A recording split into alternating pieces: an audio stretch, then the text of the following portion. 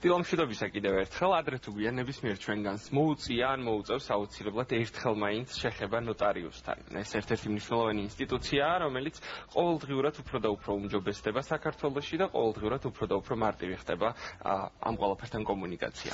დღეს გაგაცნობთ ფასებს და აგრეთვე გზებს თუ როგორ გადავიხადოთ სანოტარო წესით დამზადებულ დოკუმენტში. ჩვენი სტუდიის სტუმარია საქართველოს ნოტარიუსთა პალატის გამგეობის თავმჯდომარე ქალბატონი ნინო ხოფერია. დილამშვიდობისა, მოგესალმებით, ძალიან დიდი მადლობა სტუდიაში მოგზაურობისთვის. დილამშვიდობის და სასიამოვნოა გვაქვს საშუალება ვისაუბროთ იმ ძირითად საკითხებზე, რომელიც ძალიან ხშირ შემთხვევაში ბევრ კითხვას ბადებს ხოლმე მოსახლეობაში. პირველ რიგში ყოველთვის არის საინტერესო ხოლმე ფიქსირებული საფასური, სხვაობა ამ ფასების სხვადასხვა ლოკაციებზე, ანუ არსებობს რეალურად ფიქსირებული ფასები, რომელიც სახელმწიფოს მიერ არის დადგენილი სხვადასხვა დოკუმენტაციასთან დაკავშირებით. მადლობა შეკითხვისათვის. რასაკვირველია, ნოტარიუსები მეტნაკლებად დამოუკიდებელი პროფესიის განმახორციელებელი პირები არიან, მაგრამ ისინი ახორციელებენ საჯარო ფუნქციას, რომელიც მათ სახელმწიფოს მხრიდან აქვთ დელეგირებული. ეს იმას ნიშნავს, რომ მათი საქმიანობა არ არის ყველანაირად თავისუფალი და კონკრეტულად კი საზღაურებთან დაკავშირებით მოქმედებს სპეციალური ადრესი იყო კანონი საზღაურის შესახებ. დღეს ეს არის მას ეწოდება მთავრობის დადგენილება, ანუ ნორმატიული აქტით რეგულირდება ის თანხები, ის ფასები, ის საზღაური, რომელიც მოქალაქემ უნდა გადაუხადოს ნოტარიუსს ამა თუ იმ სანოტარო მოქმედების შესრულებისათვის. და კანონიდან, მაპატიეთ დადგენილებიდან, ამ ნორმატიული აქტიდან გამომდინარე, ეს ფასები არის ორი ტიპის. ერთი კონკრეტული სანოტარო მოქმედებისთვის კონკრეტულად ფიქსირებული და გასაზღვრული და გაწერილი და მეორე ეს არის შემთხვევა, როდესაც ფასი დამოკიდებულია მხარესსა და ნოტარიუსს შორის შეთანხმებაზე. თუმცა ეს უკანასკნელი მხოლოდ რამოდენიმე შემთხვევაში ხდება. ის ფასები, რომლებიც ფიქსირებულია და რომელიც არის დადგენილი, ეს არის მინიმუმი, რომელსაც ადგენს სახელმწიფო, მაქსიმუმი, მათი შეცვლა ნოტარიუსების მიერ გაზრდა, შემცირება და დასაშვებია თუ არა?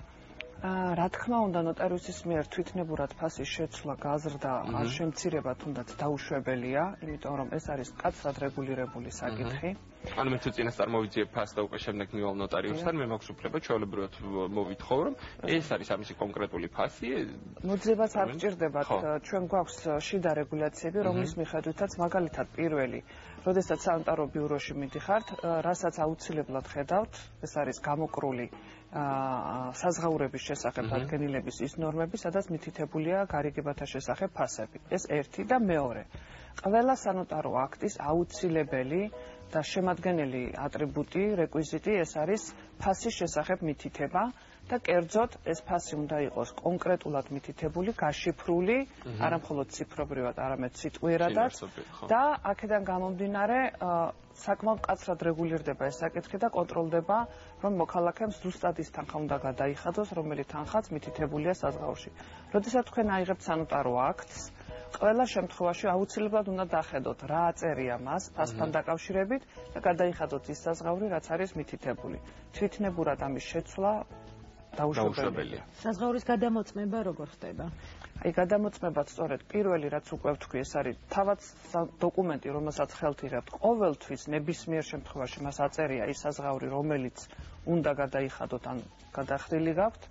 მეორე, არსებობს აგრეთვე ნოტარიუსთა პალატაში სპეციალური სამსახური, ერთი ეს არის ელექტრონული ჩვენი ვებგვერდის მეშვეობით გადამოწმება საზღაურის შესახებ და მეორე გვაქვს ცხელი ხაზი, სადაც ვრეკავთ და შესაძლებელია, რომ ამ ცხელ ხაზზე გადამოწმება მოხდეს, რამდენად სწორად იქნა ესა თუ ის სანოტარო მოქმედება რეგისტრირებული, გატარებული და ასე შემდეგ.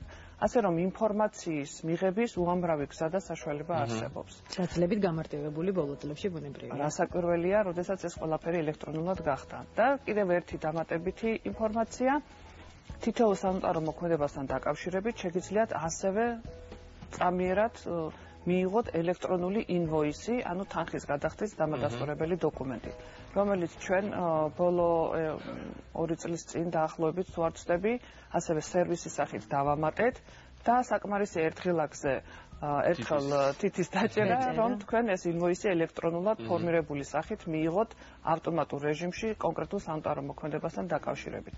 ასე რომ თითეული გადახდილი თეთრი არის გამჭვირვალე, ასახული და მოქალაქისათვის აბსოლუტურად ხელმისაწვდომია ინფორმაცია იმის შესახებ, რა უნდა გადაიხადოს და რამდენი. ნოტარიუსი არის მოხელი, რომელიც თითოეულ ჩვენთაგანს ძალიან ხშირად გვჭირდება და ჩვენ სარგებლობთ ამ მომსახურებით ბუნებრივია. ფასებზე მინდა კიდევ ერთხელ დავკონკრეტდეთ. თქვენი ინფორმაციით, რამდენად მარტივია, რამდენად მაყოფილი არის მოსახლეობა არსებული ფასებით, ხომ არ არის ეს ტარიფები ზომაზე მეტად მაღალი. თქვენი გადასახადი როგორ არის? მე ერთნიშნულად შემიძლია გითხრათ, რომ ის რაც ფიქსირებული ტარიფები არის საკმაოდ სოციალური ფენაზე გათვლილი ტარიფები. აი მარტივი მაგალითი რომ მოვიყვანოთ, თქვათ, ანდერძის დამოწმება. აი თქვენ როგორ წარმოგიდგენიათ, რამდენი შეიძლება ის ღირდეს? ძალიან რთულია პასუხი. არა, მე ვნახე ფასები და ვიცი რომ აღგებს ძვირი, ხო გადავალე. 9 ლარია ანდერძის დამოწმება. ანუ თუ გადავხედავთ ჩვენს დღევანდელ მდგომარეობას, მე მგონი იმისათვის რომ ადამიანმა თავისი უკანასკნელი ნება გამოხატოს, სურს მას ამ ნების გამოხატვა, შესაბამისად ეს არის ადამიანი, ვისაც რაღაცა ქონება გააჩნია. თორემ ვისაც ქონება არ გაჩნია ის ანდერძსაც აწერს. აქედან გამომდინარე 9 ლარი არ მგონია რომ იყოს რაღაცა კარგი, მაგრამ ასე ვთქვათ, ყველაზე მაღალი ტარიფი რომ მომსახურებას აქვს. ხო, აი მაგალითად ხელმოწერის დამოწმება ღირს 2 ლარი, ვთქვათ, ერთი გვერდი ასლის დამოწმება ღირს, ვთქვათ, 50 თეთრი და ასე შემდეგ. უბრალოდ ერთ დაკონკრეტებას გავაკეთებ ამასთან დაკავშირებით. ეს არის მყარი ტარიფი, რომელსაც ემატება დამატებითი ღირებულება, ანუ 18%, ეგრეთ წოდებული DGG და რეესტრი რეგისტრაციის 2 ლარი. საბოლოო ჯამში ხო გეუბნებით დაახლოებით, სადღაც 4 ლარიდან იწყება ხელმოწერის დამოწმება, 9 ლარი. ჩვენი ცნობილი Skype-ის მინდობილობები, როგორც მას მოხალხეობაში უწოდებენ, ანუ ელექტრონული კომუნიკაციის მეშვეობით შესრულებული მოქმედება დაახლოებით 50 ლარი ღირს, ასე ტარიფები არ არის მაღალი. არაფიქსირებულს რაც შეეხება. დიახ, აი, რაც შეეხება თქვენ შეკითხვასაც დავაკონკრეტებ, ყველაზე მაღალი მომსახურება. აი, როდესაც ეხება უძრავ ქონებასთან, რაიმე სხვაგვარი ღირებულების მქონე გარიგებას, აქ უკვე ტარიფი ფასია დამოკიდებული და შედარებით მაღალია. და გამომდინარე ალბათ განისაზღვრება ბინის ღირებულებიდან. აქ არ არის პროცენტი, აქ არის სპეციალური, ასე ვთქვათ, ტარიფების ნუსხა, რომელიც გამოიანგარიშება სპეციალური მათემატიკური მეთოდით და რაც უფრო მაღალია ტარიფი, მით უფრო კლებულობს, მაპატეთ, რაც უფრო მაღალია გარიგების ღირებულება, მით უფრო კლებულობს პროცენტული ზღვარი. ანუ, დაახლოებით რო ვთქვათ, 100.000 ლარიანი ღირებულებასთან დაკავშირებით თქვენ გიწევთ დაახლოებით 370 ლარის გადახდა. ცოტა მეტი, ანუ 200.000 უკვე ორჯერ 370 არ გამოდის, ანუ პროპორციულად კლებულობს. ყველაზე მაღალი თანხა, რომელიც შეიძლება გადავახტევინოთ და ეს იწყება უკვე დაახლოებით, თუ სწორად მახსოვს, 5 მილიონიდან ზემოთ, არის 10.000 ლარი. მაგრამ ასეთი შემთხვევები სამწუხაროდ თუ ალბათ არა, ძალიან იშვიათია. და რატო გადაწყდა რომ დაუშვათ ეს ტარიფები ყოფილიყო არაფიქსირებული? ზოგიერთი ტარიფი არის, რომელიც არ არის ფიქსირებული და ეს არაფიქსირებული შეეხება, აი მაგალითად აქციონერთა კრების ან რაიმე პარტნიორთა კრების ოქროზე ნოტარიუსის დასწრებას, რომელიც არ არის სავალდებულო, მაგრამ მინდა გითხრათ, რომ როდესაც ნოტარიუსი მიდის კრებაზე, სავარაუდოდ ყოველთვის რაღაც სადაოა და სწორედ ამიტომ სურთ ნოტარიუსის დასწრება, რომ მან დაადასტუროს, აღწეროს სწორად ფაქტები. და ყოველთვის მზად ვართ ხოლმე იმისათვის, რომ იქ ძალიან არასასიამოვნო სიტუაცია დაგვხვდება. ეს რეალურად მოითხოვს ნოტარიუსის შრომას, ნერვებს და კი, ასეთ შემთხვევაში მიუხედავად ამ ყველაფრისა, დადგენილია ტარიფი, სადაც არის მითითება იმის შესახებ, რომ არ შეიძლება ამ შემთხვევაში საზღაური აღემატებოდეს 500 ლარს. მაგრამ 500 ლარს ქვემოთ ხდება უკვე ნოტარიუსსა და მხარესთან შორის შეთანხმებით. ანუ ასეთი შემთხვევისათვის მაგრამ ბინების კუთხით რატომ არის მაგალითად ცვალებადი? ძალიან ჩავეძი ამ სიტუაციას. ბინების კუთხით არ არის ცვალებადი. ღირებულების რატომ არის დამოკიდებული ღირებულებაზე? გეტყვით, იმიტომ რომ თქვენ იცით ალბათ, რომ იმ შემთხვევაში, როდესაც ნოტარიუსის მიერ რაიმე გარკვეული ქმედება იქნება არასწორად შესრულებული, ის პირადად უშუალოდ თავისი ქონებით არის პასუხისმგებელი იმ ზიანისათვის, რომელიც შეიძლება მოქალაქეს მიადგეს.